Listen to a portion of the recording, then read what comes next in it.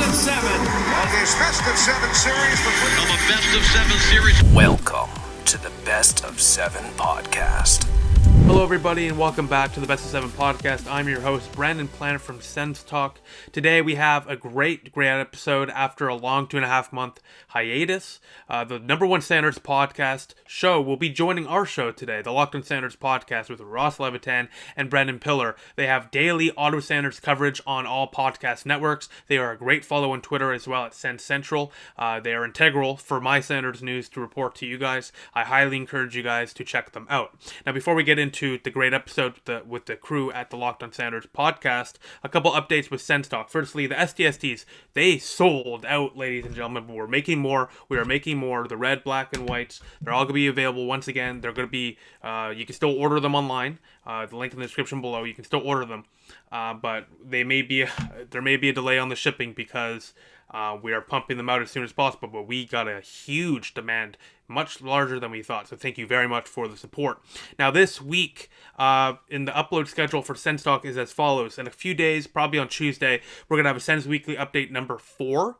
That one's going to recap a lot of stuff. All right, there's a lot of stuff that's happened in the last week and a half. Then we're going to have a Let's Talk episode covering Canada and the World Junior Championship. A lot of you requested that video. Do not worry, we're going to have that out. And then the season preview video will probably be out on the 8th or 9th. We're going to have a couple episodes of Sens Talk before the Senators start their season on January 15th to give you guys a good prep for what to expect for the Sanders in the 2020-2021 campaign. But we'll get all into that in the later parts of this week, but for now, enjoy today's episode with the Locked On Sanders crew, Brendan Piller and Ross Levitan. Enjoy.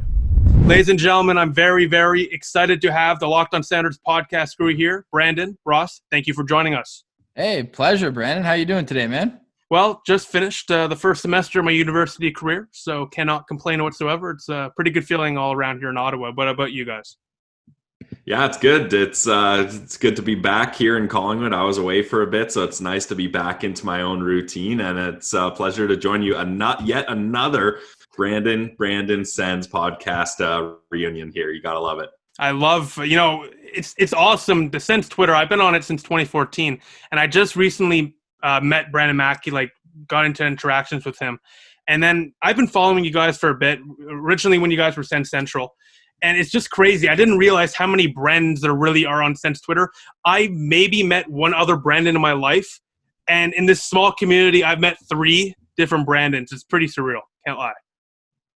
Yeah, too many of us. Now, before we get into NHL, World Juniors, the No-Dak Senators, first thing, you guys got a huge star onto your show a couple of weeks ago. It helped me get through my studying for my final exams. Tim STUETZLE. Break that down. How did that come to fruition?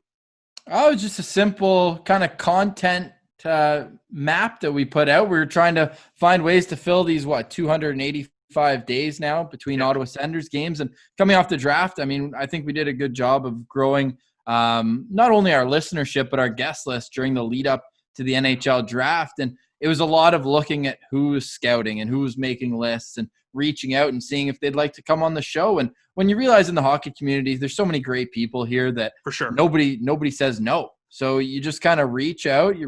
And coming off of that, we said, hey, why don't we try to introduce some of these prospects to our listenership, but the market of Ottawa, where it's beneficial for them too. They get their name out in the city that drafted them, and they're kind of relatively unknowns at the point. So I just sent emails to literally every team that Sens picked from. And twice with the Brandon Wheat Kings and twice with North Dakota. And hey, you don't hear back from everyone. And that's just the way it goes. You don't have any hard feelings there. And turns out 3:30 in the morning one day, due to the time change. So I woke up in the morning and had a reply from Mannheim PR. And that's no surprise. Mannheim's one of the premier European hockey clubs. So all class by them. And I did find it a bit interesting, though, in that reply. Usually they set it up. Even they'll be like, okay, you call me then and I'll connect you to the player. They just gave me his phone number in the reply. Oh, wow. So I just shot him a text, and it was a bit of a wild goose chase at times. But, hey, he's a busy guy. There's no harm in that. And, hey, he made time for us. And it was a pleasure getting to be his first English interview since the draft. And now coming up here at the World Juniors, Brandon will finally get to see him on the ice, which will be awesome as well. And I can't stress this enough. I did listen to. You guys were an integral part. I can't stress this enough. You guys were an integral part of my study routine. Your podcasts are great to listen to, especially when you're studying or just to sit down when you're driving. So the Locked On Standards podcast. Can you just discuss the whole journey? Just a quick little image of the whole journey from the beginning to where you guys are at now. You're the top Standards podcast. You're one of the top podcasts on your network. Just talk to us about your success. Yeah, I mean, it's been a wild ride, Brandon. So for people that don't know Ross and I's story, we met at the College of Sports Media in Toronto, heart of enemy territory where Ross still is these days. And a couple of me, Ross, and a couple of buddies, we're all Sens fans in Toronto. So we started doing a podcast.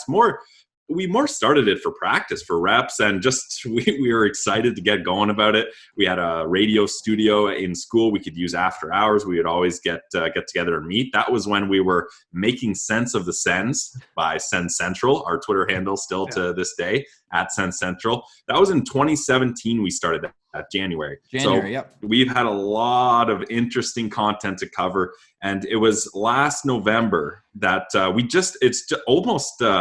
just over a year that we joined with Locked On Podcast Network, which was a massive move for us because it really shifted our mind focus about how we're going to run this podcast. Before if big news came out, we'd do an episode for maybe 45 minutes to an hour and a half, a big episode. But this shifted us to doing daily episodes, your team every day. You guys know it. And we're doing more 25 to 45 minute episodes. Supposed to be 25, 30, but we tend to roll a little long still. Yeah, we pushed it a little long, and we do more episodes than we're supposed to. Really, in the off season, we're only expected to do 3 a week. We're doing 5 a week. So we appreciate it. I'll tell you that much. We appreciate all the content for sure.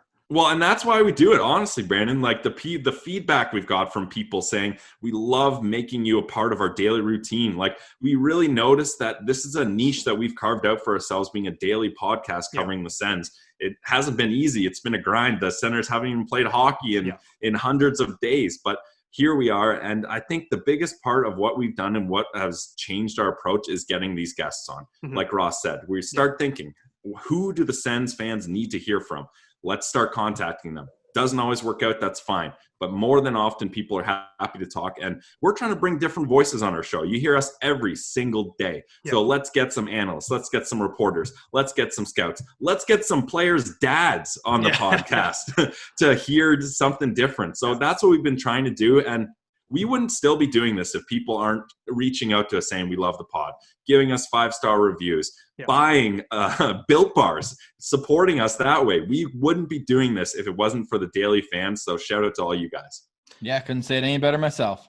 What I will say is, I'm primarily the only Sens guy on YouTube, and I highly encourage people to start making YouTube videos, to start putting content out there for your Sanders. I would love to collaborate with other Sens people on YouTube. That'd be great.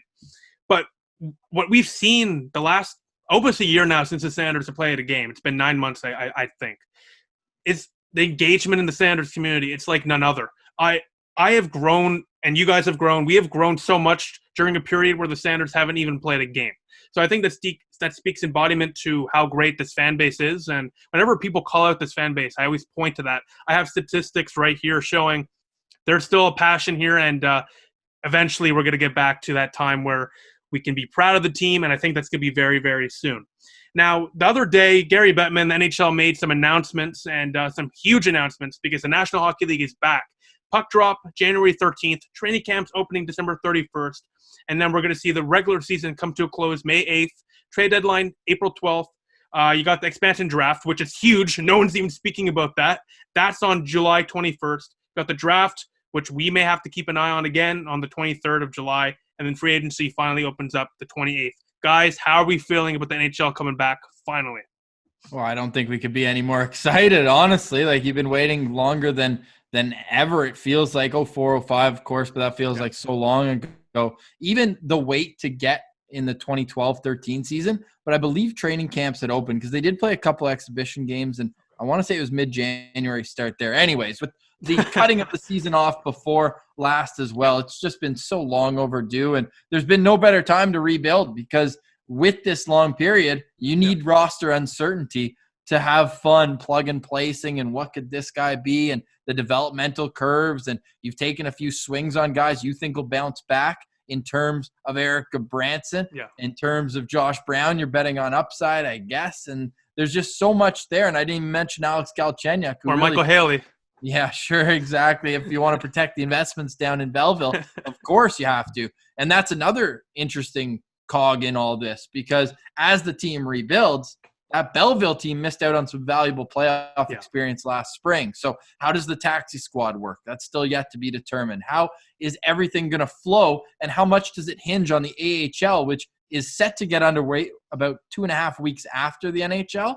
How is that season going to look? So there's lots of questions to be answered still, but the initial excitement, of course, and the All-Canadian division, even better. The fact that we're going to have to say goodbye to a Canadian division ever is pretty sad in itself. So let's enjoy it while we can. Mm-hmm. Let's hope that they play baseball-style schedules where you play the same opponent 3-4 times in a row, and let's get some animosity between these rivals. I think it's great for the game.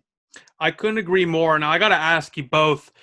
You brought up a couple of points there that I would like to touch up on. Firstly, from Belleville, Pierre Dorion has already spoken. He spoke the other day at the TSN 1200. It appears that Ottawa is going to have a lot of competition from a lot of rookies.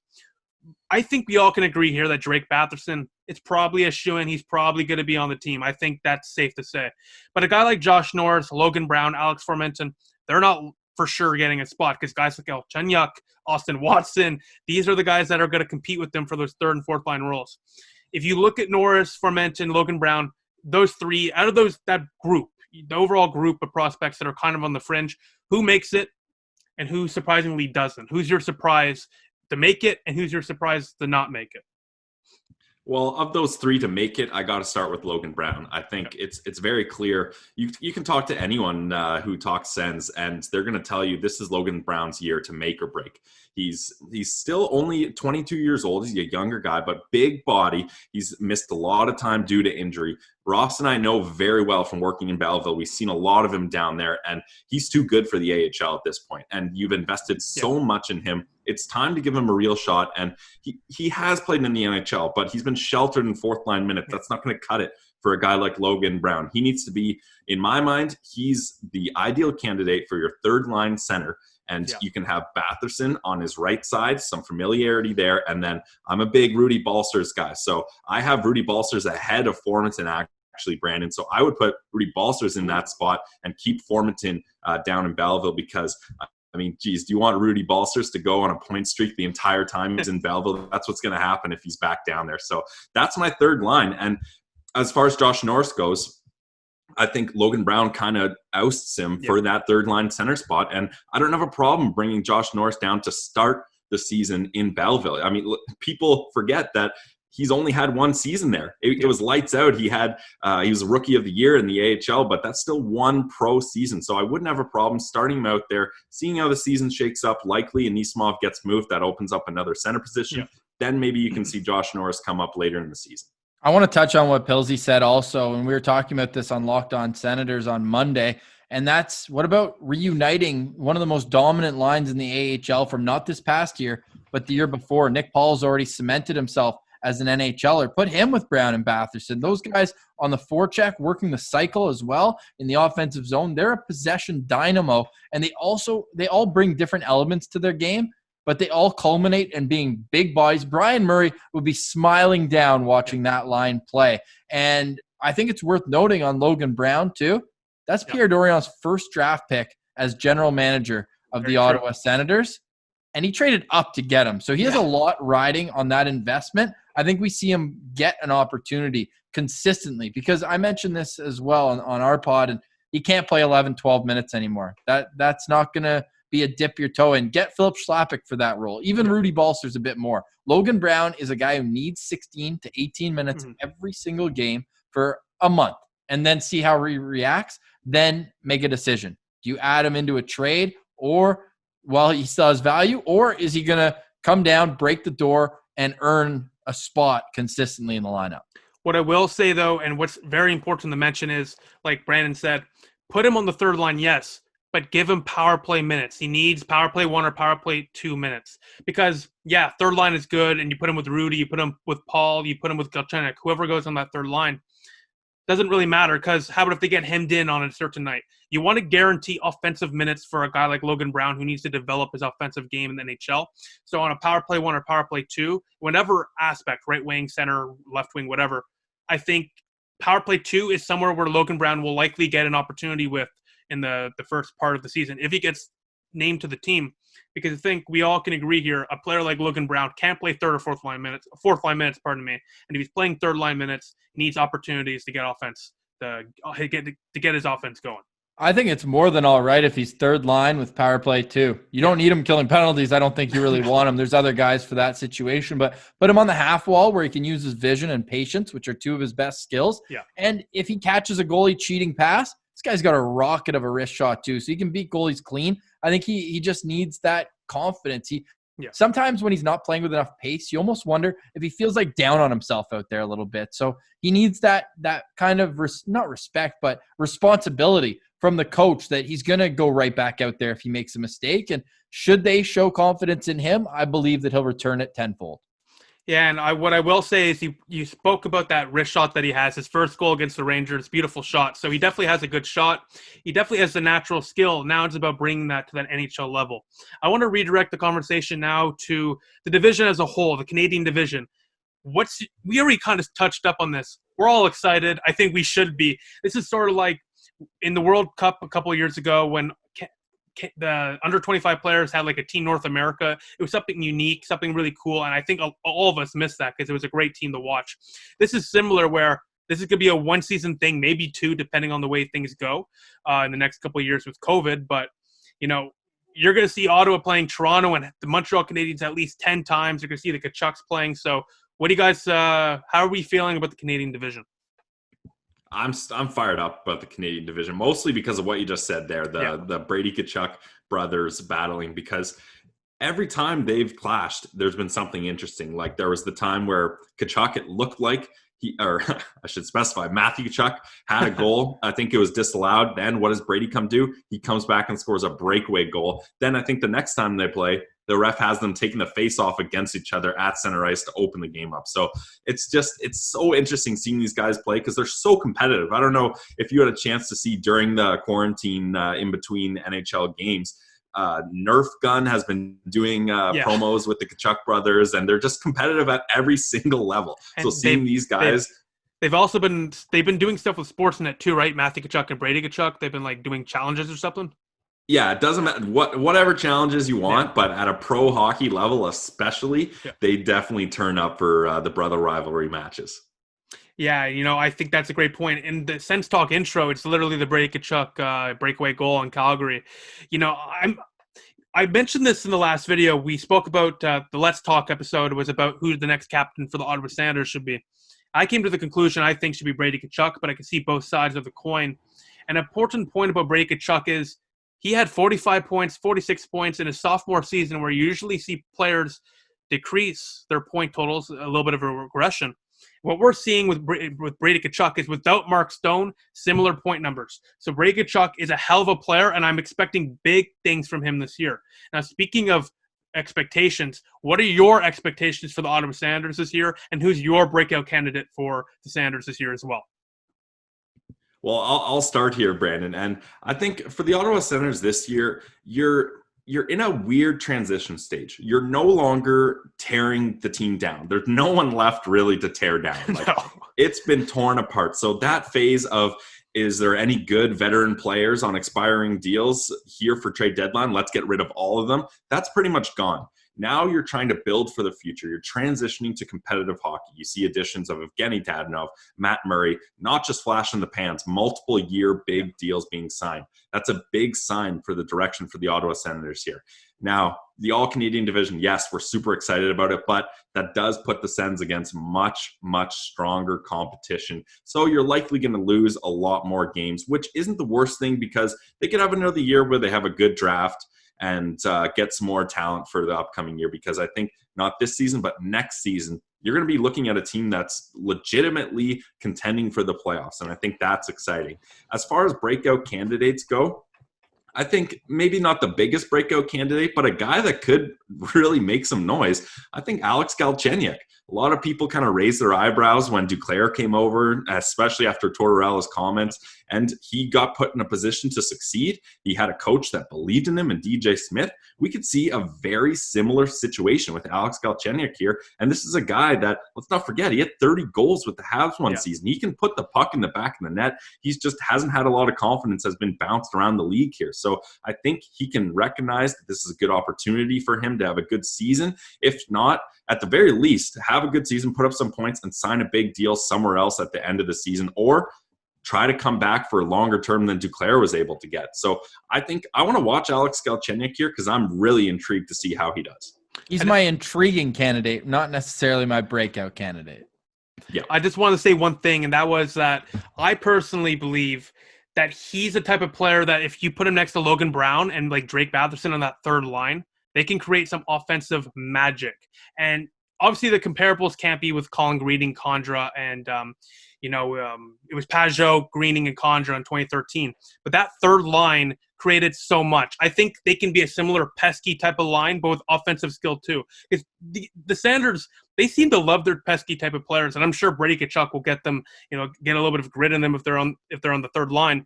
But like Galchenyuk with offensive capabilities, Logan Brown with great offensive IQ, and then Batherson, just a talented hockey player with a good shot. That sounds like a good third line to me. I don't know. I'll let Ross take over from here, but I'm just saying. I don't know. I think maybe we should temper the expectations a little bit on Alex Galchenyuk. This is a guy who's put on 3 different jerseys in the last 2 years. So Fair. I don't think we have to say that he's guaranteed to get back to his 30-goal self. I mean, he had 8 last year, right? So it's a far fall from that. But that's why I think that Drake is my breakout candidate. And that's why I don't think you need Galchenyuk on that third line. I think that Nick Paul is just fine there, which is kind of funny because we all kind of have Brown and Drake Batherson penciled in on our third line, but we all have different left wingers, with Pillsy having Balcers, me, Nick Paul, and you're saying Galchenyuk. So that's just it, the flexibility that this roster has. And for me, why is it Drake Batherson?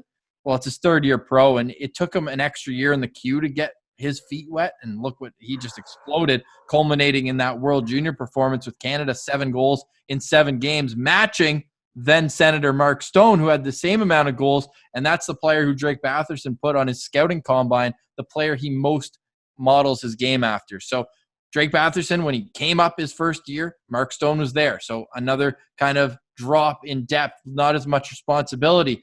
And he's playing on a line with Matt Duchene. That's all right as a rookie too, right? So 9 points in 20 games there. Then takes a step back. No surprise, really, as the team was just awful in 2019, 2020. But he got more games. He got 23 more games. So this is a guy with a half an NHL season under his belt, 44 games. And now it's time for him to take another step. We know that he takes his offseason extremely seriously in Halifax, working with Jill Plandowski, one of the best skating coaches in the country. And I expect him to pick up the pace in his game. And if pace is the one thing holding Drake back, it might not be for long, because he has the strength. His hockey IQ is off the charts, and he's an exceptional playmaker. So if he can pick up his pace, I'm expecting – I don't want to use a point pace performance just because it is a shortened season. But in 56 games, if he plays all of them, I could see him getting like 40, 45 points if he can contribute.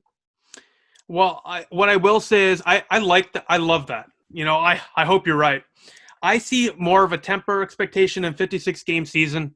I'd be happy, frankly, with 30 points, something like that, especially on a third-line role.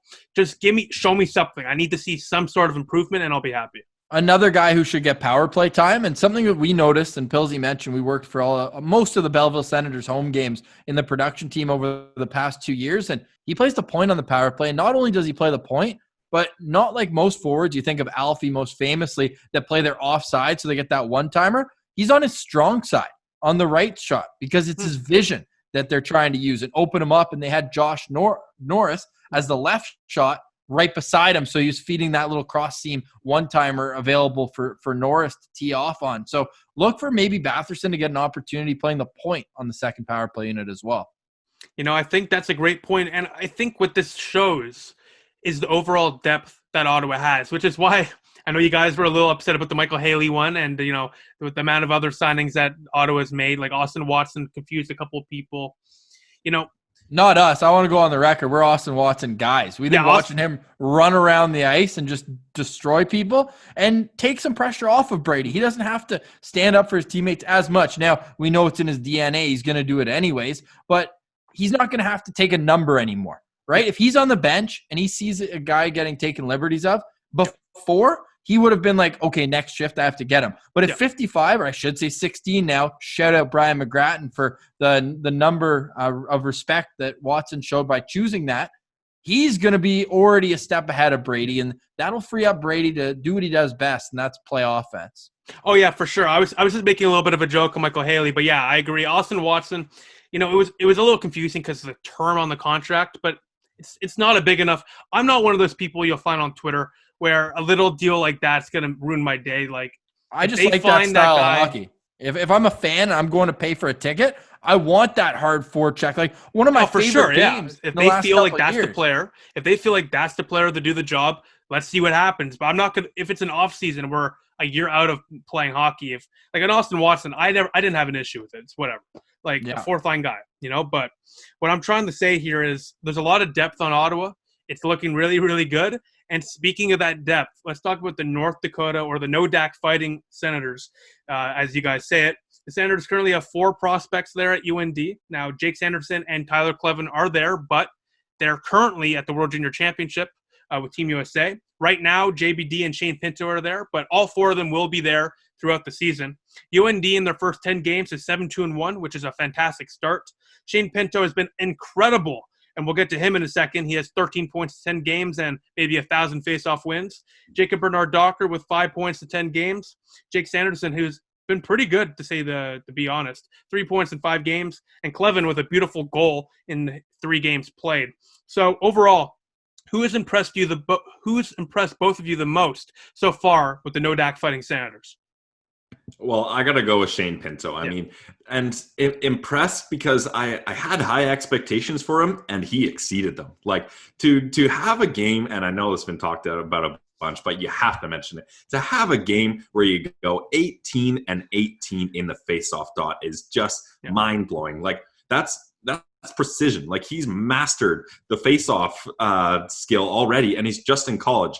Obviously, it gets a little harder when you get to the pros, but when you can dominate your peers like he has in the bubble, that just goes to show you what kind of useful prospect this guy is going to be. I mean, DJ Smith even joked, hey, we should just get him up in Ottawa taking draws. Just take the draw and come on the bench just so we can get possession. It's massive for his game. No player had more points in the pod than him. Kawaguchi tied him with 13 points, so that's impressive. And how about the toughness Pinto's shown? He got rocked earlier in the pod with a big hit, guy coming out of the penalty box. He gets up. He's a little shaken up, but he's okay.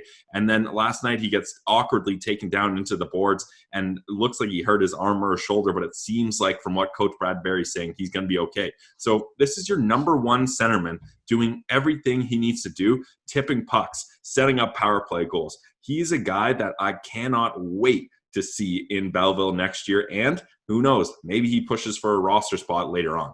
I want to touch up on exactly what you just said, because Pierre Dorion in his media availability the other day with TSN 1200 mentioned the fact, and he really went in on Shane Pinto. It's very clear that Pierre Dorion likes Shane Pinto, and I think all of us do, especially with not a lot of prospects going on. And when you got a prospect like this just dominating, I think anyone would be attracted to that.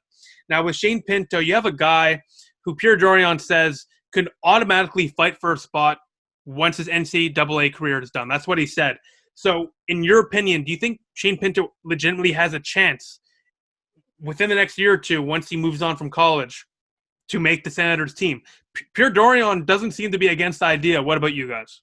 I think that he'll take a similar path as Josh Norris and play 1 full year in the minors. Hey, why don't we say it more so as a situation like another North Dakota prospect, Christian Wolanin, where if the situation is available, because and I know everything is if in 2020, but the way the NHL schedule is drafted, you mentioned it, Brandon, is May 8th finish. Well, the national championship is March 15th. So could we see Shane Pinto play NHL games this season? Ooh. Absolutely. Just like Wolanin did. He came out after his college career, played 10 games, and then still started in Belleville the next year. I see a very similar path for both Shane Pinto and Jacob Bernard-Docker. These guys are too polished. And that's what you get when you pick out of schools and programs, much like I mentioned off the top with STUETZLE in Mannheim. These are just class organizations that develop people as well as players. They're treated like pros. We had Jake Brandt on who mentioned that North Dakota uses the Florida Panthers or the Chicago Blackhawks charter to go to games. They travel like NHLers. They treated like them. The Ralph could basically be an NHL rink in North Dakota. So they're ready to step into a pro environment. It might even be a step down to Belleville, not in the quality of the ice, but in no disrespect, you got to love Bell Vegas, but not exactly, growing the same way on the ice. So all I know is that those guys aren't far out. Sanderson, however, I love what I saw, but if he goes back one more year, it's not the end of the world. No panic there either. I do want to touch up on one thing before I let Brandon go. With the Shane Pinto idea, you said the national championship would be on March 15th. Let's say UND goes to the championship. They win it, hopefully. That leaves a month between the trade deadline and the March 15th championship game.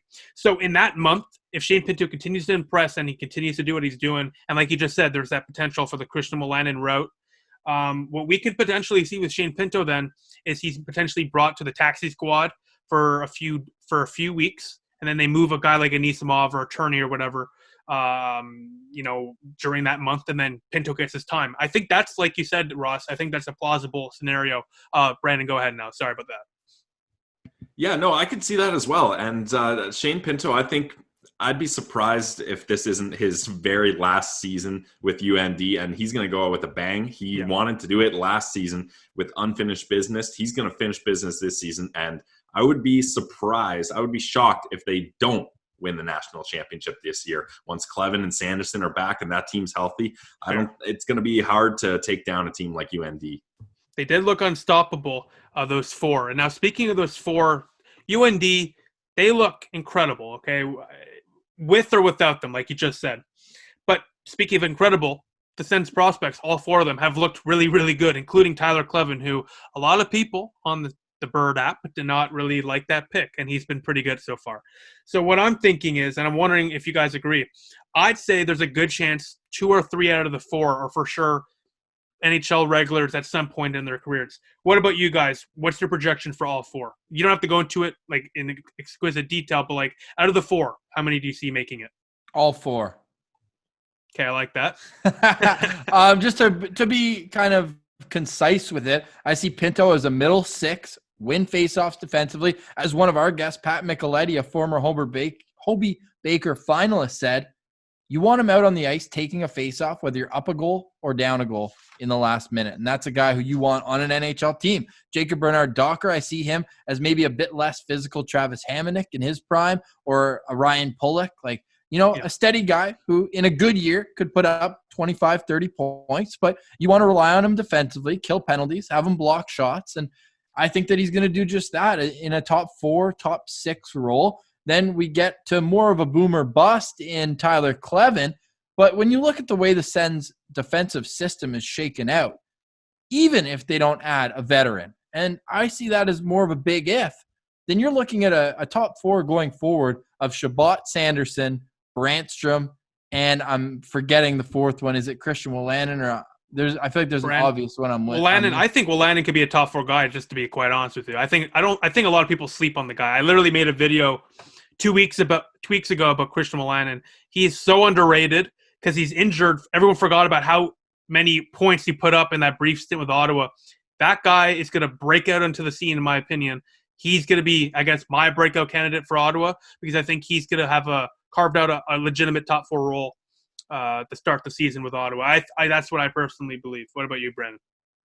Yeah, it's going to be a big year for Christian Wolanin. And we actually had Graham Creech, producer at TSN 1200 on the show. He did the podcast with Wolanin. And yeah, he just had so many good things to say about the guy as a person on and off the ice. And similar to Logan Brown, this is his year. And again, another similarity, they've had health problems. So they haven't had the time to really produce and to get comfortable and to show this Sens brass what they can do. This season, Wolanin and Brown are going to show them. And I think that I realized what I did. I had already mentioned JVD, but he's the other guy who I have in that top 4. And the one I hadn't mentioned, I just did, is Jake Sanderson, a top 5 pick. This guy is the number 1 guarantee of those 4 that he's going to be an NHLer. And it's funny that we keep referencing, but this is what we were talking about before, Brandon, of having all these different guests and viewpoints, is that we just had Tony Ferrari on Monday's show. He said Jake Sanderson is going to wear a letter for the Ottawa Senators going forward. He's already that certain as a 2-year captain and with the U.S. team development program.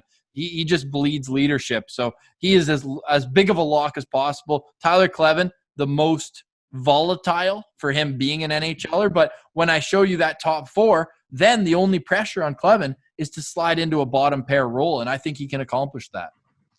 What I want to say about the Sanderson thing is I made a video a couple weeks ago, like I said, about the captaincy for the Senators in the future. And I got a few responses about Jake Sanderson getting a letter in the next couple of years. So while you're saying analysts and people are saying it, Sens fans are already saying it too. I think it's just inevitable when, or not if, Jake Sanderson gets that letter. Who knows? Now let's transition now to the World Juniors. We got a few Sens prospects in the tournament. Germany got Timmy Superstar, of course. Finland has Robbie Jarventie, who may get power play 1 minutes. United States, obviously Clevin and Jake Sanderson. Canada had Ridley Gregg, the first-round pick from Ottawa this year. Unfortunately, he contracted COVID-19 and was deemed unfit to play. So overall, let's talk about Robbie Jarventie before we get into Team Canada. He may get power play 1 minute. He's going to get a lot of opportunities. How are we feeling about Robbie Jarventie, and how is he going to do with Finland? He's going to get a lot of opportunities. Oh, man, we're so fired up about Jarventie. And from what we've heard, nothing confirmed yet, but it sounds like Robbie Jarventie is going to be playing on a top line with Anton Lundell, and it sounds like he is going to be getting top power play unit time. So he's going to have a lot of opportunities to put the puck in the back of the net, and I think we're going to see him light the lamp a couple times at least in this tournament.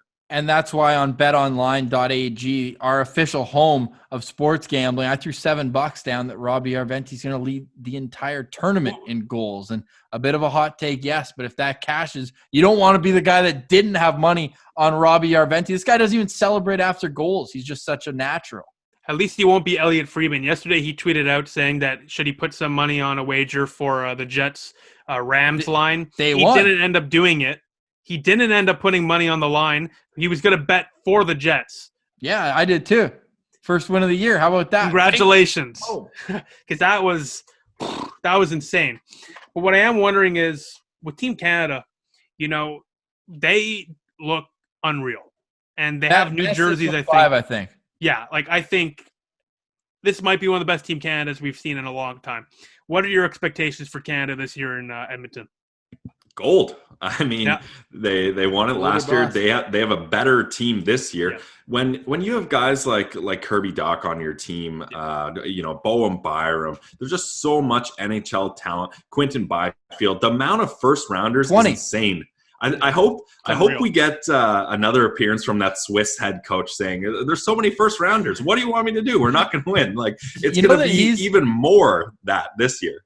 Sorry, so off track, but he's HC Davos's coach now. Really? Nice. Head coach. Because when Joe Thornton signed with the Leafs, obviously Mark Masters had to catch up with his old buddy Christian Wohlwin. But that moment, and to bring it back to the World Juniors, that's what it's all about. It's just the uncertainty of it, both in the press when you have international tournaments and also on the ice. How about that magic of the gold medal game last year between Russia and Canada? That was just unbelievable theater.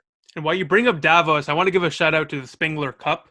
It's a very underrated tournament. I love that tournament. My friend Noah, the vice president of Sens Talk, not the biggest fan. He always makes fun of me for how much I love it. But I just appreciate, firstly, the barn there, the beautiful wood. This Davos is beautiful. You get to see, players that you haven't seen in a long time, like in the Swedish teams, the Swiss teams, whatever. You get to see all these different players who you kind of forgot about, and they're all on Team Canada. They're all on, the other teams like Davos, for example. So it's a little shout out to the Spengler Cup, a very underrated tournament for sure. Now, my next question comes to this. Which Sens prospect in this tournament will be the Tom Chabot of this tournament? Who's going to be the MVP Sens prospect? And no pressure, Thomas Chabot winning the MVP, the only defenseman to ever win MVP in the tournament. You're asking us to put that on someone, and maybe not MVP, but who's going to be the best Sens prospect? Who's going to show out the most? Yeah, well, in the spirit of international events, I'll give you a gold, silver, and a bronze, which unfortunately leaves Tyler Clevin outside of the podium. Unfortunately, maybe next year, K-Train. Yeah. But we'll start off for me. it's bronze, it's Timmy Superstar. And that hurts me to say because I think he's the best of these 4 prospects. But the way that Team Germany was ravaged with COVID and just the simple fact of not allowing all their players to go because Rogel had such an importance on Moritz Seider, and I really wanted to see those two on the ice together. So unfortunately, because of Lucas Reichel, the 21st overall pick in this year's draft, they're both unavailable. That makes it a lot harder on Timmy STUETZLE to succeed in this tournament. So I've got him bronze.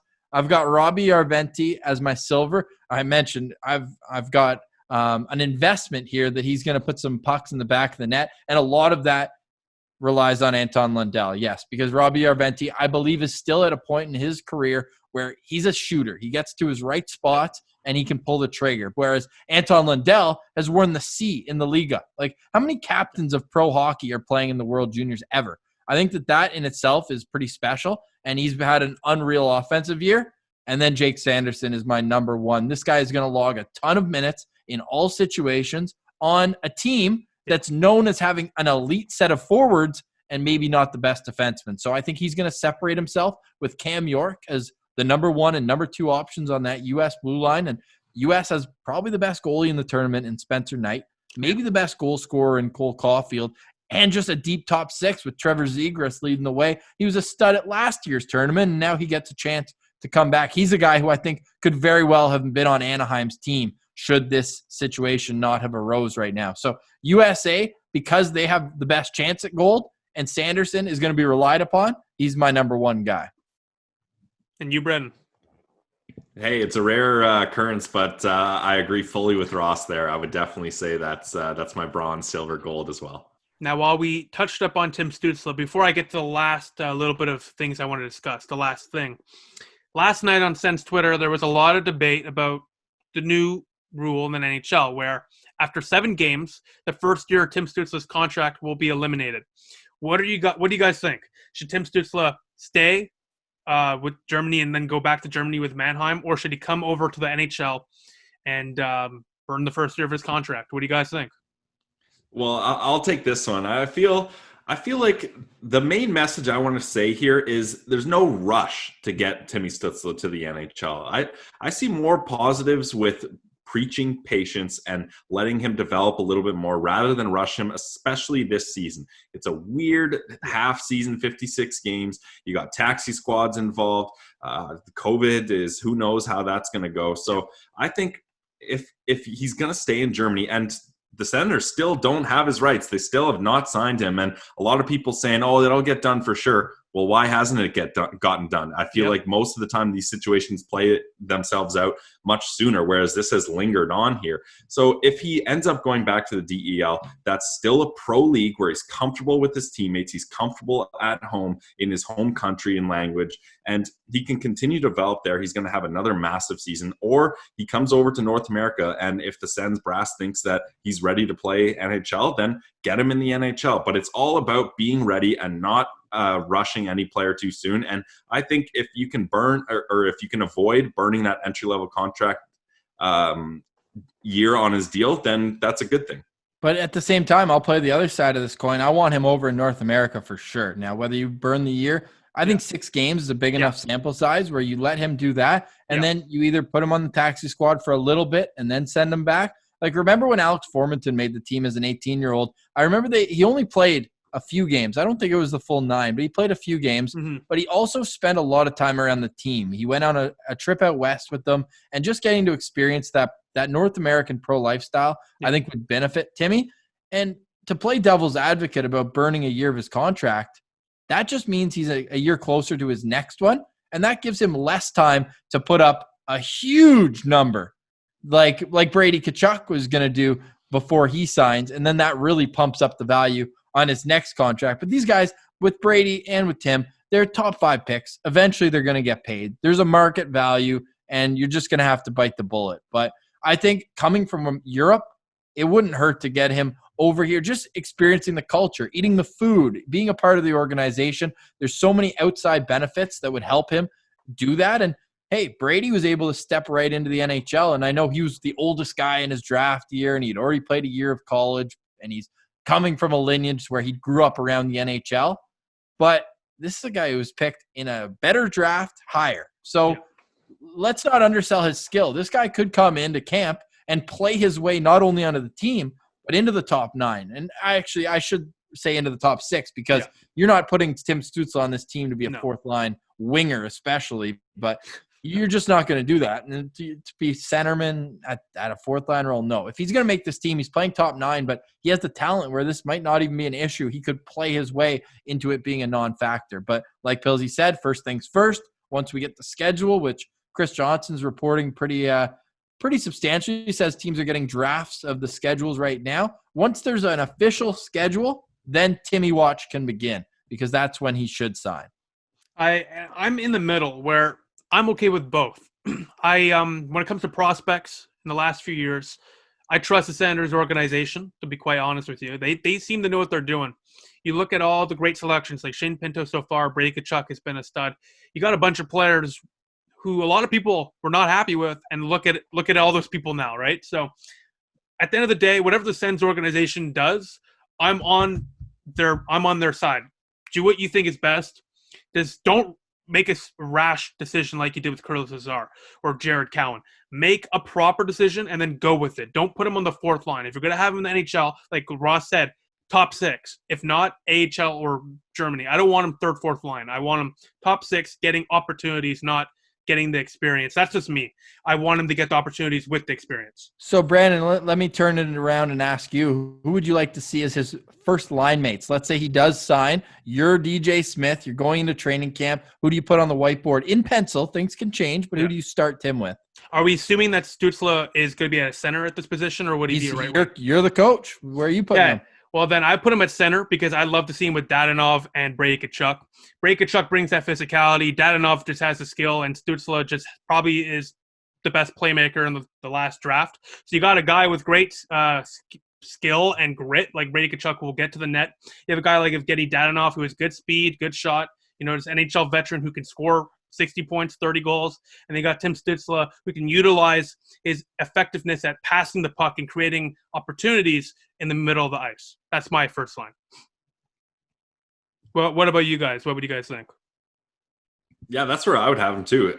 Because I think the most important thing is you got to get him with Dadonov. Yeah. This is Timmy Stützle. He's a guy that can facilitate the play. He's a playmaker more than a shooter. Like, look at the assists he racked up in the DEL. Yeah. So get him with a shooter that he can set up, and a veteran shooter, right? Like, this is Evgeny Dadonov has made an excellent career of finding the back of the net. Yeah. He's been one of the most consistent offensive production guys since he came back from the KHL with the Panthers. So I think that's the most important thing, is get him with the guy who can be a sniper to Timmy Stützle's playmaking abilities.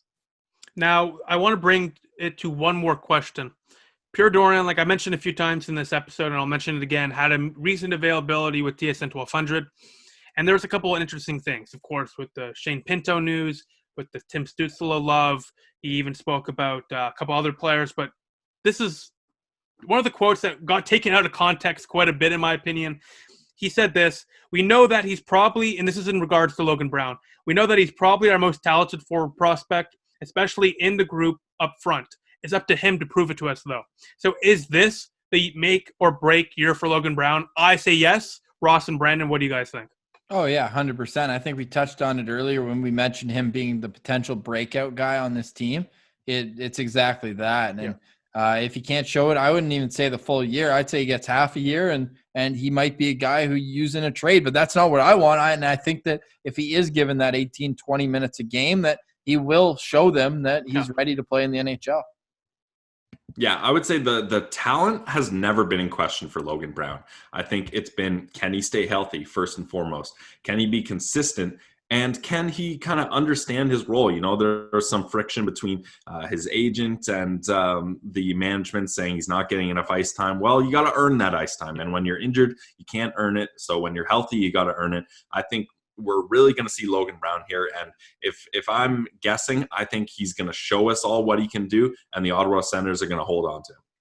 Well, thank you guys so very much. It's always a pleasure to talk with y'all. Joining your show is fun. Having you guys on the show is even more fun. Before I let you guys go, how about you let the fans know where they can find your stuff, watch your stuff, stream your stuff, everything. Just let them know. Yeah, well, once you're done on YouTube with Sens Talk, make sure to head on over wherever you get your podcasts. It's just audio and probably for the best when you can see the mugs on Pillsy and I. I did try to warm up the room here with my TV. I took advantage of that situation because we're not usually a video outlet, but wherever you get your podcast, the Locked On Senators podcast, make sure to review. We really appreciate that when we get feedback as well. And you can subscribe to that there. If you're looking for daily content, then that's, I would say, the number one place to go. No bias either, but on Twitter as well, at Sens Central. And then we've got the Instagram going, not as active on there. Sens Central on Twitter is definitely the number one spot to find us and interact with us as well, either through DMs or responding to tweets. We always check that. And then, lockedon.senators is on Instagram. And Brandon, we really appreciate you having us on the show. You said it's your first episode in a while, so we're honored to be your first guest back. Well, it's a pleasure to have you guys on. Like you said, school really kicked my ass, to be quite honest. So I had to pick between making Sens Talk videos or hour-long episodes of the podcast. The podcast, I'll say it here, is going to come back, maybe at a less of a degree as we used to have it, but a couple times a week, I'm going to try to put out content for you guys. But regardless, Locked On Senators podcast, your number one daily Senators podcast. Thank you guys so very much, and we're going to have to definitely have you guys on again soon once the season starts. Thank you guys. Thanks, Brandon. Appreciate it. Thanks again to Ross and Brandon of the Locked On Senators podcast for joining the show. Definitely have to have them on again soon, and I highly encourage you guys to go and check out the Locked On Senators podcast. Great coverage of your Ottawa Senators there as well. Now, before we let you guys go, here is where you can follow us on social media. At Sens Talk Podcast on Facebook, Twitter, and Instagram is where you can find us. And if you want to keep on listening and watching our videos and obviously our podcast episodes on YouTube at Sens Talk, you can find all episodes of the Best of 7 podcast, plus of course more daily coverage of the Ottawa Senators with Sens Talk, myself, Brandon Plant, uploading videos there. And if you want to keep on listening to the Best of 7 podcast, all episodes are on Spotify, Google Play, SoundCloud, and Apple. But besides that, thank you all for watching and listening, and we'll see you guys in the next episode.